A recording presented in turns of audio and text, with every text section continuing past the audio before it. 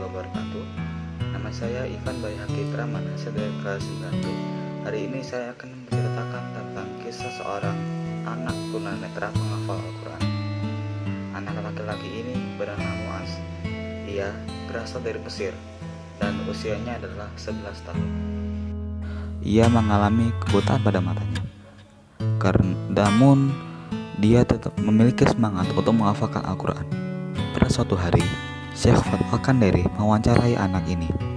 Ia bertanya, bagaimana ia belajar Al-Quran dan kebutaannya.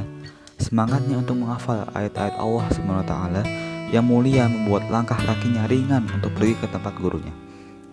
Saya yang datang ke tempat Syekh, kata Muaz. Syekh pun bertanya, berapa kali dalam sepekan? Muaz pun menjawab, 3 kali dalam sepekan.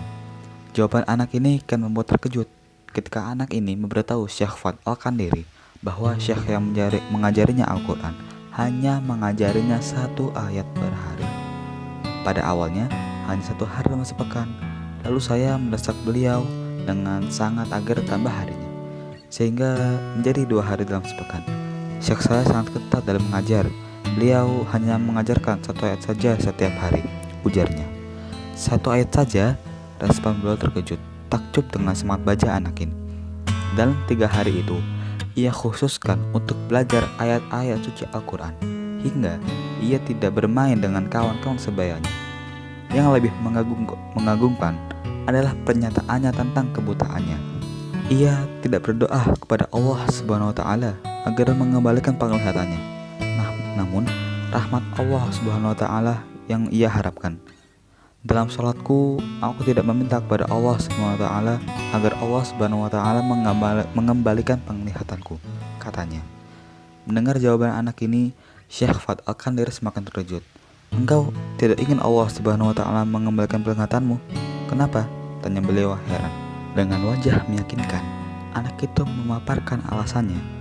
Bukan ia tak yakin pada Allah SWT, namun ia menginginkan yang lebih indah dari penglihatan. Semoga menjadi keselamatan bagiku pada hari kiamat, sehingga Allah SWT meringankan perhitungan pada hari tersebut. Allah SWT akan menanyakan nikmat penglihatan. Apa yang telah engkau lakukan dengan penglihatanmu? Saya tidak malu dengan cacat yang saya alami. Saya hanya berdoa semoga Allah SWT meringankan perhitungannya untuk saya pada hari kiamat kelak, papar Muaz dengan tegas. Mendengar kalimat anak ini, semua terdiam. Syekh nampak berkaca-kaca dan ia menitikkan air mata. Begitu juga dengan para kru dan pemirsa di TV. Pada saat ini, saya teringat banyak kaum muslimin yang mau melihat, namun bermalas-malasan dan menghafal Al-Quran. Ya Allah, bagaimana alasan mereka besok di hadapan-Mu? Kata Syekh Fuad Al-Kandiri. Segala puji bagi Allah SWT dalam segala keadaan, kata Muaz menghafal Quran muda ini. Subhanallah, indahnya dunia, membuatnya lupa akan Robnya dan hari pembalasan. Ia juga mengatakan bahwa ia terinspirasi dari kaidah Imam Ibnu Qayyim Al-Jauziyah rahimahullah. Kaidah Imam Ibnu Qayyim Al-Jauziyah yang berbunyi, Allah SWT tidak menutup atas hambanya satu pintu dengan hikmah, kecuali Allah SWT akan membukakan baginya 2 pintu dengan rahmatnya, katanya. Kehilangan penglihatan sejak kecil tidak membuat ia mengeluh pada Sang Pencipta. Ia juga tidak iri pada orang lain, apalagi kufur nikmat.